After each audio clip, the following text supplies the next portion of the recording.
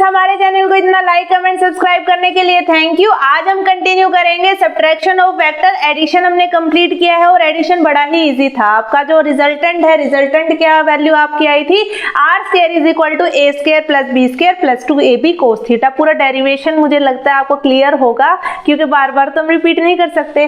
आपका जो tan alpha है, tan अल्फा किसको रिप्रेजेंट कर रहा था, आपका direction of the magnitude resultant. जो आपका रिजल्टेंट जो वेक्टर निकला था, जो वेक्टर जो आपका रिप्रेजेंट कर रहा था रिजल्टेंट को, उसकी डायरेक्शन किससे आपने निकाली थी, tan alpha is equal to b sine theta upon a plus b cos theta.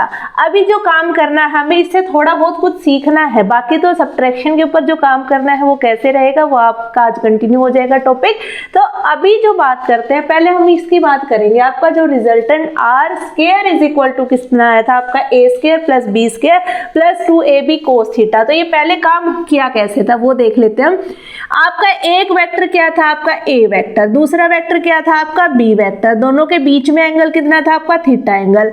Tell से टेल पॉइंट ज्वाइन है, तो टेल से टेल पॉइंट ज्वाइन है, तो इसका मतलब कौन सा रूल अप्लाई कर लेंगे हम, parallelogram law of vector addition. तो parallelogram law of vector addition क्या कहती थी कि आपके बीच से क्या निकल जाएगा, आपका एक रिजल्टेंट निकलेगा, और जो रिजल्टेंट निकलेगा वो क्या रिप्रेजेंट करेगा, r is equal to vector a plus vector b।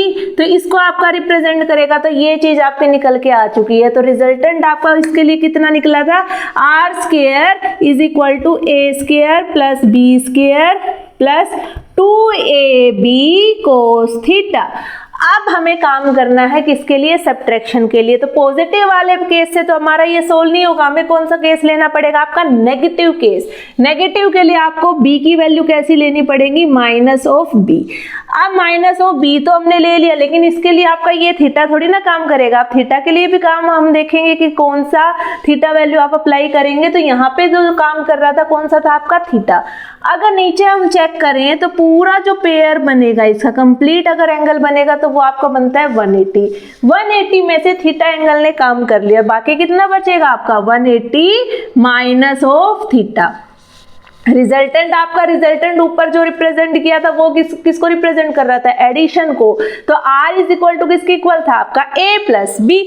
अब हमें रिप्रेजेंट करना है सब्ट्रैक्शन को। तो सब्ट्रैक्शन कैसे निकलेगी, आपका रिजल्टेंट तो वही रहेगा, r is equal to vector a plus minus of vector b। तो ये वाला जो माइनस ऑफ b आपका निकल के आ जाएगा, पैरेललोग्राम लॉ ही आपका अप्लाई किया जाएगा। r is equal to a plus minus of b। b कैसा आपका नेगेटिव डायरेक्शन को इंडिकेट कर रहा है। तो नेगेटिव के लिए आप कौन सा सिंबल यूज करेंगे, यहाँ पे पॉजिटिव करके नेगेटिव करेंगे। तो r की वैल्यू क्या हो जाएगी आपकी a माइनस ऑफ b।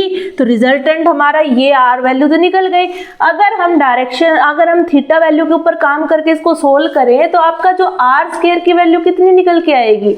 इसके लिए हमें जो ये यहाँ पे जो थीटा था ना, इसमें एक चेंज करना है। चेंज क्या करना है, अब जो थीटा वैल्यू है वो आपकी बन जाएगी 180 माइनस थीटा। तो अप्लाई कर लीजिए इसको। और अगर हम कहें कोस 180 माइनस थीटा तो वो आपके इक्वल होगी माइनस ऑफ कोस थीटा। दूसरा आपका है साइन 180 माइनस थीटा, तो वो कितना हो जाएगा आपका साइन थीटा। इस पर अप्लाई करते हैं तो आपकी आर स्क्वायर वैल्यू कितनी बन जाएगी, a square plus b square plus 2ab cos 180 minus of theta. तो ये 180 माइनस ऑफ थीटा कितना बन जाएगा आपका, नेगेटिव ऑफ थीटा। तो आपका आर स्क्वायर निकल के आएगा a square plus b square minus 2ab cos theta. तो ये वैल्यू आपकी निकल के आ गई। अब दूसरा जो काम करना है हमें, एंगल के ऊपर काम कर रहा है। जो ये रिजल्टेंट निकल रहा था ये कितने एंगल के ऊपर, अल्फा एंगल के लिए। तो आपका tan अल्फा कितना निकल के आया, b sine theta divided by a plus b cos theta. लेकिन हमें यहाँ पे थीटा का यूज नहीं करना, हमें किसका यूज करना है, 180 माइनस थीटा का। तो अप्लाई करते हैं, आपका tan अल्फा कितना निकलेगा आपका, b sine 180 minus theta divided by a plus b cos 180 minus theta. तो साइन 180 माइनस थीटा किसके इक्वल, आपका साइन के इक्वल। तो b sine theta divided by a minus b cos theta. तो आपका किसकी वैल्यू निकल के आई है, आपकी tan अल्फा की। tan अल्फा की कितनी वैल्यू निकल के आई, b sin theta divided by a minus b cos theta. तो ये बात की हमने सब्ट्रैक्शन ऑफ वेक्टर के लिए। लेकिन अगर आपका सीबीएसई बोर्ड के अकॉर्डिंग आप बात कर लीजिए या किसी भी अदर एग्जामिनेशन के लिए बात कर लीजिए, कंसेप्ट जो है सिर्फ आपको फॉर्मूला बताने के लिए, भाई ये फॉर्मूला आपका सोल्व आउट कहाँ से हुआ है, लेकिन जो हमें मेन काम जो करना होता है वो आपके न्यूमेरिकल पोर्शन के लिए किया जाता है कि भाई आपकी सब्ट्रैक्शन के लिए आपका tan अल्फा वैल्यू क्या होगी। तो हम बार बार डेरिवेशन पोर्शन नहीं करेंगे, हम बिल्कुल उसका रेक्टिफिकेशन कर लेते हैं। फॉर्मूला जो निकल के आया है एक बार हमें ये पता चल जाए कि भाई इसको ड्राइव कहाँ से किया है, फिर हम उसको बिल्कुल लर्न करके रखते हैं कि एडिशन है तो आपका tan alpha is equal to b sin theta divided by a plus b cos theta. अगर आपका सब्ट्रैक्शन है, सब्ट्रैक्शन के लिए आप क्या करेंगे, tan alpha is equal to b sin theta divided by a minus b cos theta. तो ये वाली चीज आपकी आ जाएगी। अब जो काम हमें करना है, डेरिवेशन हम कर चुके हैं, अभी हमें एक एक न्यूमेरिकल अच्छे से समझना है। और न्यूमेरिकल आपको समझ में आ गया तो इसका मतलब सब्ट्रैक्शन ऑफ वेक्टर आपको क्लियर है। अगर न्यूमेरिकल में आप फंस रहे हैं तो इसका मतलब आपको सब्ट्रैक्शन ऑफ वेक्टर कहीं कहीं थोड़ा सा आपका वीक रह गया है। तो अब कंटिन्यू रखते हैं किसके साथ, न्यूमेरिकल्स के साथ, किसके, सब्ट्रैक्शन ऑफ वेक्टर्स। सबसे पहले बात करते हैं फर्स्ट न्यूमेरिकल की, two vectors a and b। दो वेक्टर है आपके, एक वेक्टर a है और एक वेक्टर b है, ऑफ मैग्नीट्यूड, उसका जो मैग्नीट्यूड वैल्यू है वो आपको गिवन है। पहले मैग्नीट्यूड वैल्यू की कितनी गिवन, आपकी 5 यूनिट। इसका मतलब a की जो वैल्यू है, मैग्नीट्यूड ऑफ a कितना दिया है आपका 5 यूनिट्स दिया है।